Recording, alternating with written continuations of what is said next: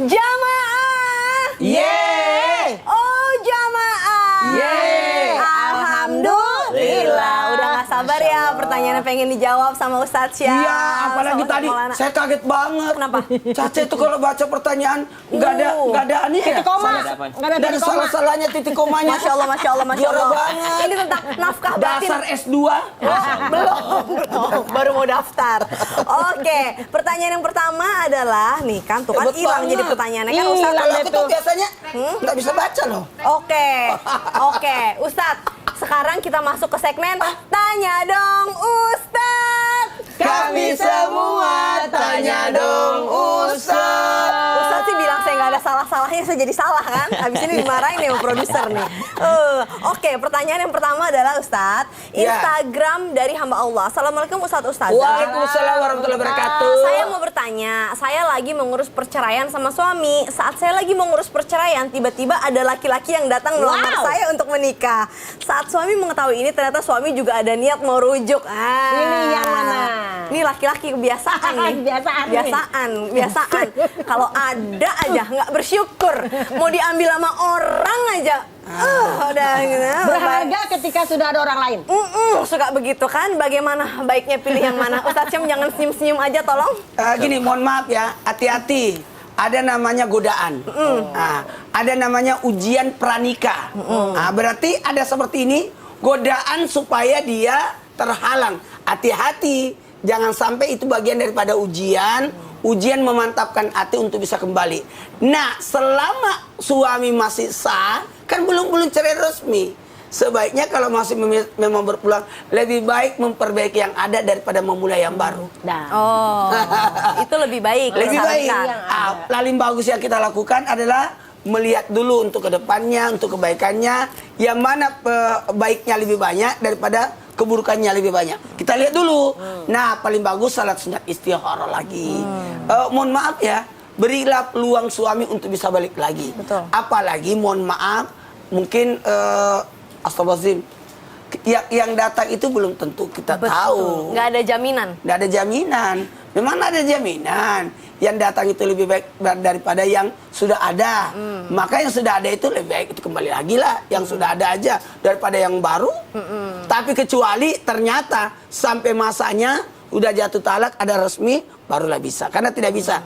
Tidak bisa menikah kalau masih... Ini masih ada proses ya. Masih ada proses. Jadi saran dari Ustadz Maulana adalah kembalilah. Kembalilah. Dan kalau memang mau kepada yang kedua, selesaikan proses yang pertama, baru yang kedua. Baik, jazakallah khair Ustadz Maulana. Pertanyaan berikutnya dari hamba Allah. Assalamualaikum. Saya digantungkan sama suami dalam proses cerai. Ini digantungkan nih sama suami dalam proses cerai. Udah 2 bulan berlalu dari tanggal sidang, ikrar talak dia nggak hadir dan tanpa penjelasan maunya apa.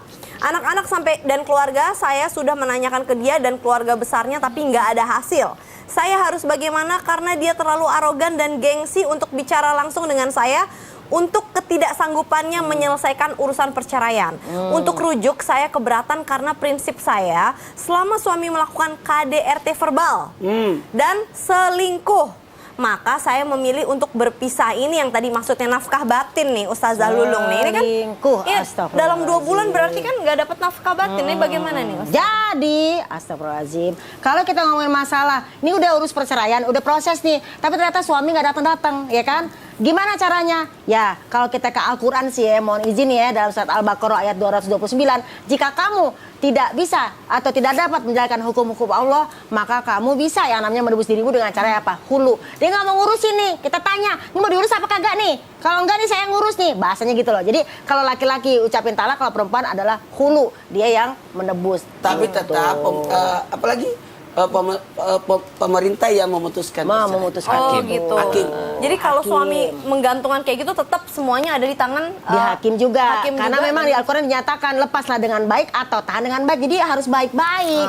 Tapi mau dibawa kemana hubungan kita. Baik. Jadi artinya harus gentle dong. Gimana sih? Bukan lagunya Meli ya?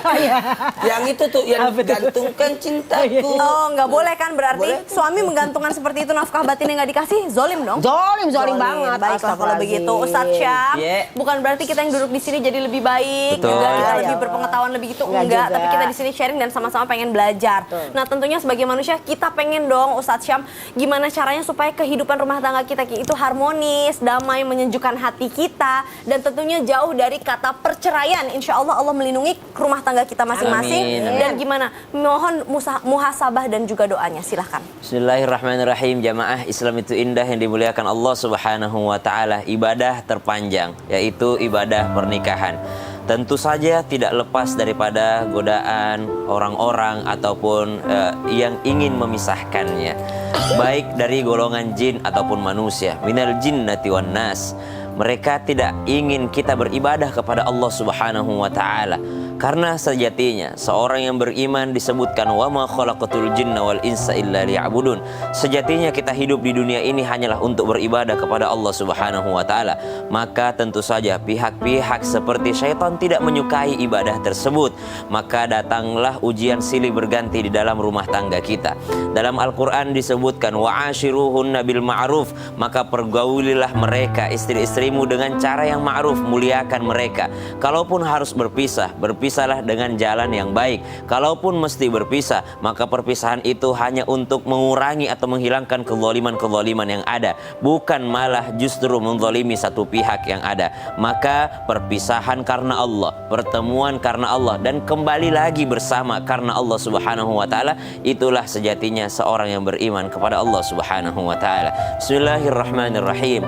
Alhamdulillahi rabbil alamin. Allahumma salli ala sayyidina Muhammadin nabiyil ummi wa ala alihi wa sahbihi wa sallim. Rabbana hab lana min azwajina, ya Allah karuniakan kepada kami pasangan kami, wa dzurriyyatina, dan anak cucu keturunan kami ya Allah, qurrata a'yun, yang menjadi permata hati kami ya Allah, waj'alna lil muttaqina imama, bantu kami menjadi imam bagi orang-orang yang bertakwa. Wa sallallahu ala sayyidina Muhammadin walhamdulillahi rabbil alamin. Amin amin ya Allah ya rabbal alamin. Insyaallah Allah meridhoi doa kita dan meridhoi rumah tangga kita menjadi penyejuk bagi hati kita masing-masing.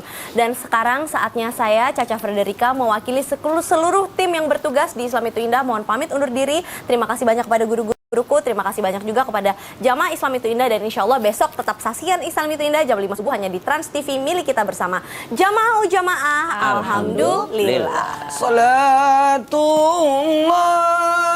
salam